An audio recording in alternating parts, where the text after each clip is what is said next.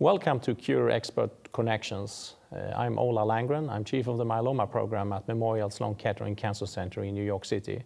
With me here today, I have one of my patients, Aurora. Thank you so much for joining. Thank you for having me. So today, I wanted to talk about how myeloma is starting off from a symptom point of view and then go through different steps in the management and the treatment. Just as a brief background, myeloma is considered to be one of the rare blood malignancies. It happens in about 50,000 individuals in the United States every year.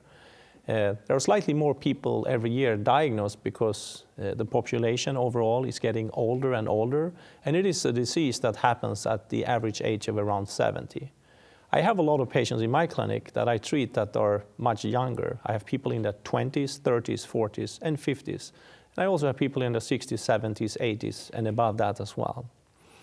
There probably are more than 100,000 people living with the disease at this time in the United States. And this is a reflection of the fact that once people are diagnosed, you can live with the disease for a very long time, for many years on average. And that number is going up. So more and more people will be living with this disease in the United States going forward.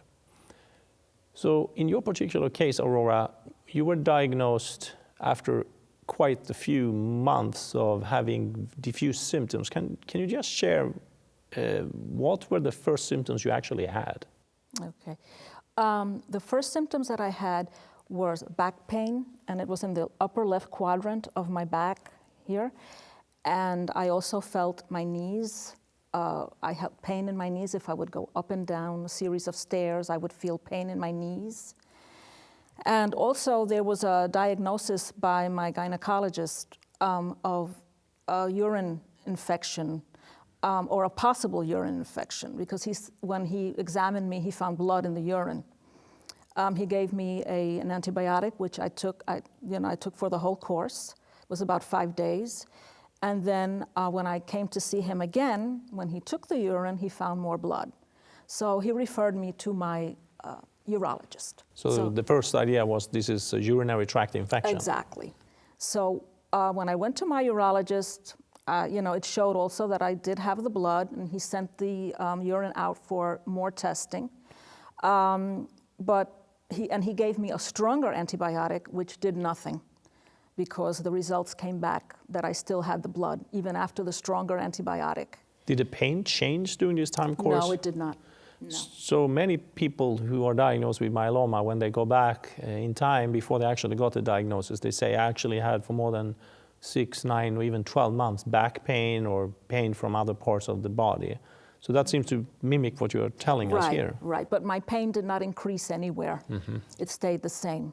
He recommended a cystoscopy, which we had done. Right. And he said everything looked fine in my bladder, but that there was a lot of inflammation there, which he couldn't attribute to anything. So I had an appointment a couple of months later. I left it at that. And then I went a couple of months later to my general doctor, and he, for a physical, and he took blood and urine and everything else that, involves physical. And when the blood came back, he told me I had anemia and that there was something in the blood that did not look right, but he couldn't pinpoint it. So he recommended that I have a chest x-ray, which I did about a week later.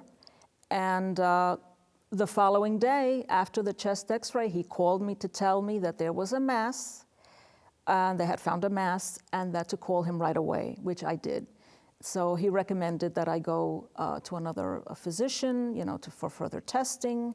But in the meantime, my husband has a cousin who was affiliated with Memorial Sloan Kettering, and he was able to make a few phone calls and get me an appointment with the lung doctor there.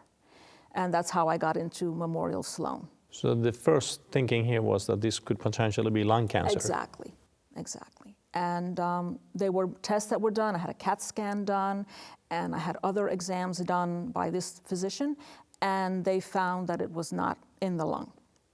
So. And they biopsied the mass? They biopsied, yes, they did biopsy the mass. And he didn't tell me anything else. He just said, I'm going to recommend you to another physician here.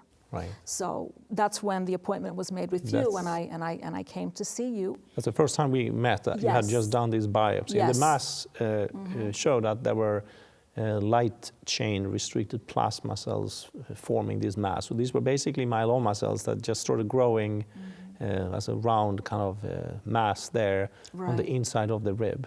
And it was pushing into the rib. Yeah. And that's why I felt the pain.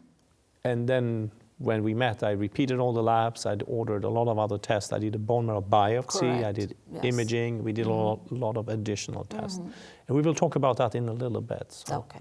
thank you so much.